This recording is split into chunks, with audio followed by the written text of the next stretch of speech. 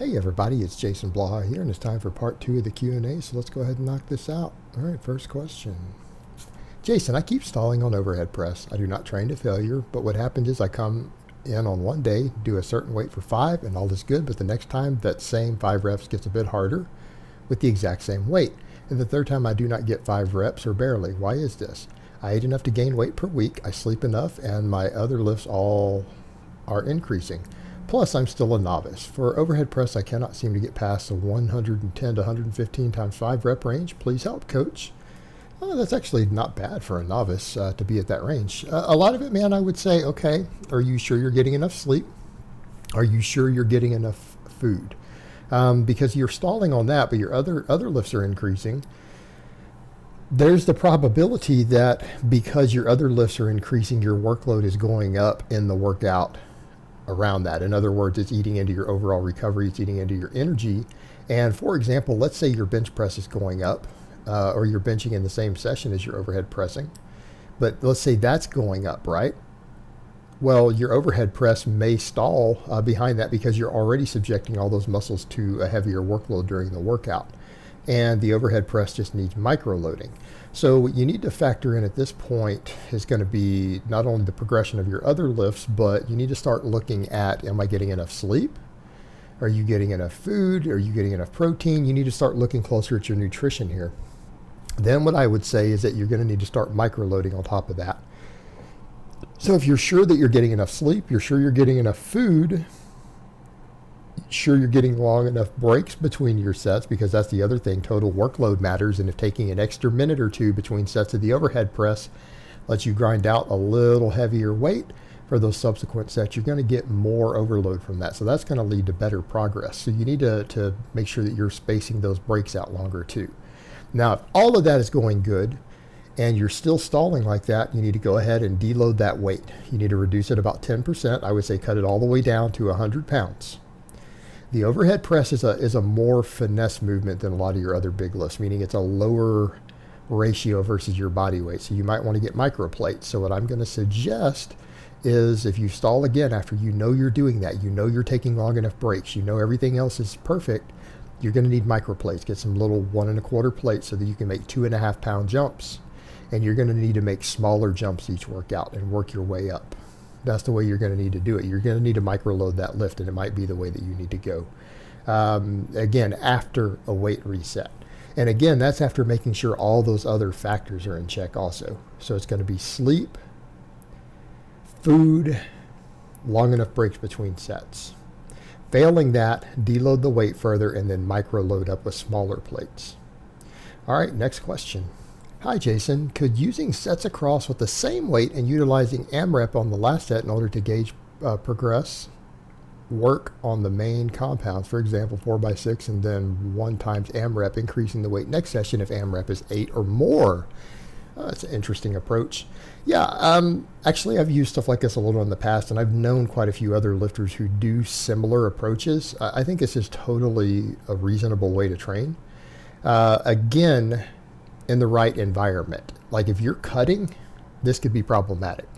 If you're actively in a phase of gaining muscle though, and you are trying to maximize muscle growth, and you know that you're getting enough protein, enough calories, enough sleep, all of those things to maximize muscle growth, I think this is where training like this can really shine. Because again, you're doing your normal workload, and then again, that 5th set will tell you where your actual total strength and work capacity is. And if your work capacity has gone up, then you're stronger and you can increase weight. I think it's an interesting way to go about doing it. It's certainly viable. I've seen guys use this, and I actually kind of like the idea of doing something like this for slightly more advanced lifters. Not the novice, but when we start talking about people who've maybe reached middle intermediate, maybe they're approaching advanced or they become advanced, I think stuff like this is actually a very, very good way to make progress for more advanced lifters. I'm not saying you have to be fully advanced, but I'm saying after you've 100% finished all those new gains, maybe you're stalling a little bit with some intermediate type approaches. That's where I think a method like this can really shine. And yeah, I think it can work very, very well, actually. I think it can work. I think it does work. And again, you're essentially gauging work capacity to determine strength increases, right? And therefore adjust intensity based upon your work capacity tests. And so each workout turns into a work capacity test on the last set. The downside with this is going to be recovery, because you are doing an AMRAP set possibly on multiple exercises at this point every time you're in the gym. You better have your recovery and all the factors that mitigate that and all the other things in your lifestyle that impact recovery. You better have them on point when you start training like this. In other words, when you start training in a method like this, is not the time to experiment with a new diet that cuts entire food groups out. This is not the time to experiment with how low can I take my protein. This is not the time to experiment with, can I start adding cardio in or GPP work into my training? That's not the time to do this. This is going to be when you have all your lifestyle factors in check, because again, you are talking about hitting failure on at least one big lift, if not more, every time you're in the gym. All right, that can be pretty taxing. So you need to make sure everything's in order before you try an approach like this. But if everything is in order, and again, you're kind of up well into the intermediate or early advanced phase or higher, I think an approach like this can work extremely well. I think it can work extremely well, and I could certainly support it. All right, next question. Hey coach, can someone reach the 200, 300, 500 standards running old school progression where you increase reps then reset with a higher weight? Thanks in advance. That's actually was discussed earlier today in one of the other Q&A questions. They asked about that. For those wondering what I mean, the old school progression is where you're doing sets of 5 and then you increase it as you're able to 6, 7, 8. And then when you're able to do 8 rep sets, you increase the weight on that exercise and go back down to 5. It's an old school progression method that you can use on your big exercises, right? On your big heavy movements, your barbell lifts, your weighted body weight exercises, stuff like that. To some extent on your smaller movements, you just have to be a little more careful there. Those can be a little tricky to drop as low as 5 reps sometimes, but it can be done there if great care is taken. But the idea is that, it keeps you at a pretty good workload and intensity balance with progression built in, and just you slowly over time just continually progress as you're able to, at least when food and sleep and everything are on point. Could someone use that old school progression method to reach my 200, 300, 500 strength standard, which is actually 5 standards? I would say not only can they, it's been done historically. There were people using similar methods to this to reach those sort of standards in the 50s and 60s.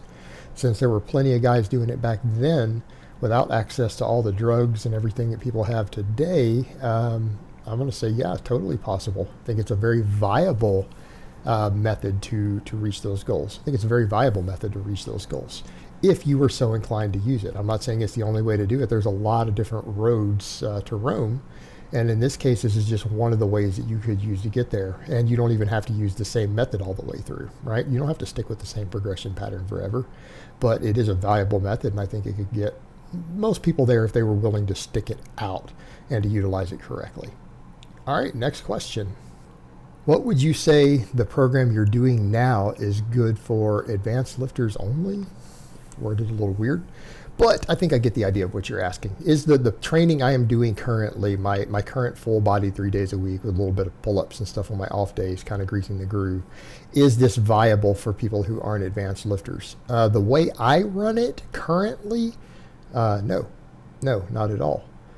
But it's not that the rep and sets and the exercise selection is the problem. I mean, coming in and doing squatting, overhead pressing, close gripping, weighted pull-ups, deadlifts, doing sets of 5 with, nearly maximum 5 rep weights, training 3 days a week, doing a little bit of accessory work and assistance work as needed. That's totally viable. That people can do that at any experience level. The problem is that I'm not progressing on it. That's a problem for people who aren't advanced lifters. I'm an advanced lifter on a pretty deep cut, right? I'm cutting pretty far, cutting a lot of body weight. And I'm going to say usually anytime you're cutting more than 10% of your total body weight, that's a pretty aggressive cut. I've well exceeded that. We're going to pass 20% loss in body weight before long at this point. So when you're making aggressive cuts like that, you're not going to be able to use a real progression pattern. So the problem is not with the exercise selections or the reps and sets or any of that. It's the fact that I'm just trying to hold on to strength. Now, if someone is a non-advanced lifter who's going to cut aggressively and they're going to drop 30 pounds of body weight, I think this is still perfectly acceptable to not really progress at all while using big lifts like this and for sets of fives and things, roughly sets of fives, that's perfectly acceptable. Nothing wrong with that. Just understand that it's the lack of progression. If you wanted to do something like this as a non-advanced lifter and actually make progress, you're going to need to actually build in a progression pattern, not just do the same thing every workout like a lot of what I do. You could do anything from periodization of any sort of linear, concurrent periodization. You could even do the old school method that we were just talking about in a couple of these other questions. You could do something like that with these same exercises and days, and that would be fine. But again, that's not what I'm doing, is it? So the answer is really kind of yes and no. It's really context dependent on what sort of progression pattern you're trying to run with it. All right, guys, but that's really all I have to say on that today. I hope it's been informative, and I will talk to you guys next time in part 3.